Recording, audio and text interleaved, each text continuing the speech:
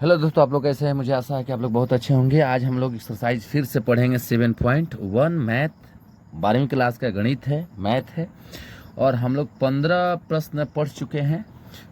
अब 16वां प्रश्न हम लोग को पढ़ना है दोस्तों। 16वां प्रश्न पढ़ना है और 16वां प्रश्न में हम लोग को हल करना है और बनाना है समाकलन। क्या बनाना है? समाकलन।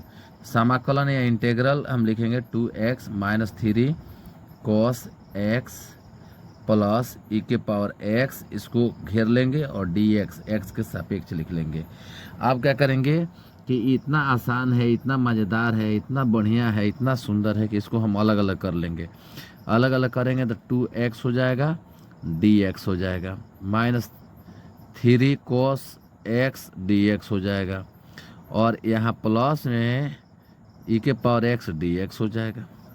इसी को लिख सकते हैं हम, 2 को बाहर निकाल कर लिख सकते हैं एक्स डी एक्स, -3 को बाहर निकाल कर लिख सकते हैं cos एक्स डी एक्स। अब प्लस में तो ये जो है वही रहेगा, इसमें कोई छेड़छाड़ नहीं होगा। जो छेड़छाड़ इसमें कहीं नहीं होगा। अब हमको क्या करना है कि अब इसका कितना होगा। ये तो हम लिखे हुए हैं 2, तो एक्स में क्या होता है, इस पर घात 1 रहता है, 1 जुड़ जाता है, 2 रहबे करेगा, एक्स के घातों में 1 जुड़ जाएगा तो 2 हो जाएगा, बाटा में 2 हो जाएगा, -3। और cos समाकलन, cos का मान कितना होता है? समाकलन cos का मान कितना होता है? तो साइन होता है।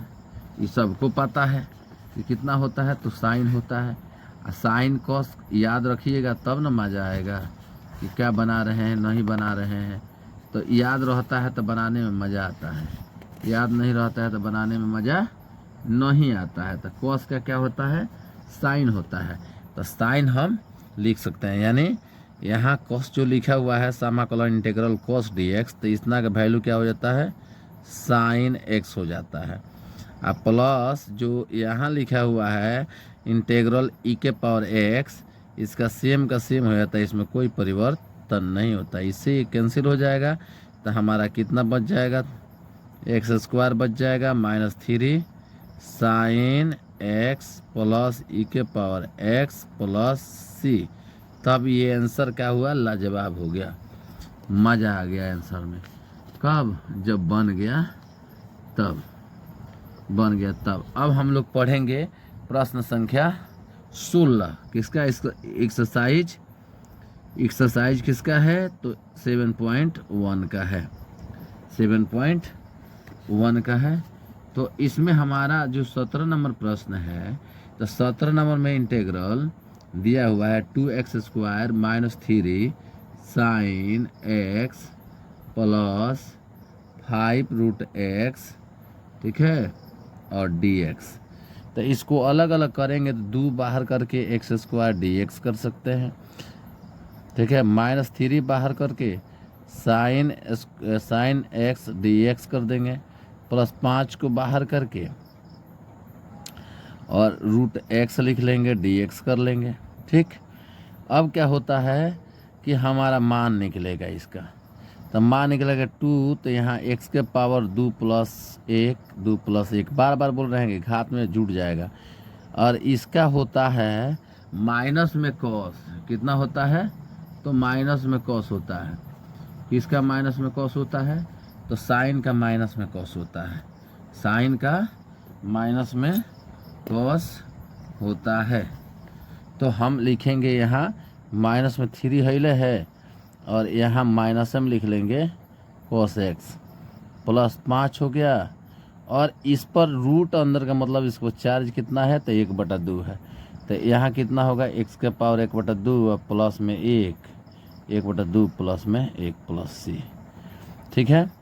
अब यहाँ हो जाएगा 2 x के पावर 3/3, फिर यहाँ होगा minus plus 3 cos x, 3 cos x, 3 cos x। Sine है तो साइन का तो कॉसे में होता है, साइन है तो साइन का तो कॉसे में होता है, ठीक है। तो यहाँ साइन है तो साइन का कॉस में होता है, ठीक है, साइन के किस में होता है तो कॉस में होता है। तो हम लोग जो लिखे हैं ये तो 16 नंबर बनाए हैं, 17 नंबर है, 17 नंबर क्वेश्चन है। 17 नंबर में हमारा क्या हो जाता है, कॉस हो जाता है, क्या होता है, कॉस हो जाता है किसमें, 17 नंबर में। तो हमारा 17 नंबर में कॉस हो जाता है, प्लस यहाँ कितना हो जाएगा, ये कितना हो जाएगा 5 हिले है, यहाँ कितना हो गया आपका 5 इंटू एक्स के पावर 3/2 और बाटा 3/2 प्लस सी। तो इसमें हम लोग क्या कर देंगे, ये 2/3 हो जाएगा, एक्स क्यू हो जाएगा प्लस 3 कॉस एक्स हो जाएगा प्लस 5 इंटू 2/3 तो एक्स के पावर 3/2 प्लस सी। तो अतः में हमारा क्या आंसर हो सकता है, 2/3 x Q plus 3 cos x. तो यहाँ होगा 10 अंश है, ये अंश है, अंश में अंश से गुणा कर लेंगे तो 10/3 और एक्स के पावर 3/2 प्लस में सी। ये हमारा आंसर हो गया। नेक्स्ट प्रश्न है दोस्तों 18 नंबर। नेक्स्ट प्रश्न है दोस्तों 18 नंबर। 18 नंबर बहुत आसान है, आप चाहेंगे भी तो बना सकते हैं, आप चाह करके भी बना सकते हैं। यहाँ दिया है सेक एक्स और यहाँ दिया है सेक एक्स प्लस 10x और dx। तो इसको बनाने के लिए हमें क्या करना पड़ेगा, सब गुणा करना पड़ेगा। गुणा कर लेते हैं, sec x into sec x और यहाँ हो जाएगा सेक एक्स इंटू 10x, ठीक है। उसके बाद यहाँ लिखेंगे इंटेग्रल में sec square x d x plus integral sec x 10x dx, ठीक है। ये लिखेंगे और लिख करके अब हम क्या करेंगे, मान रखेंगे। तो जो आपका सेक स्क्वायर होता है इतना का मान क्या होता है, 10x होता है, ओनली फॉर 10x।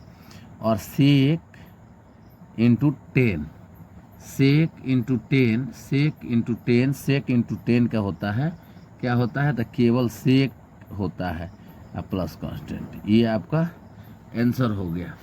आप चाहें तो आंसर मिला सकते हैं, ये आपका आंसर हो गया, ठीक है। अब हमको बनाना है 18 हो गया और 19 बनाना है।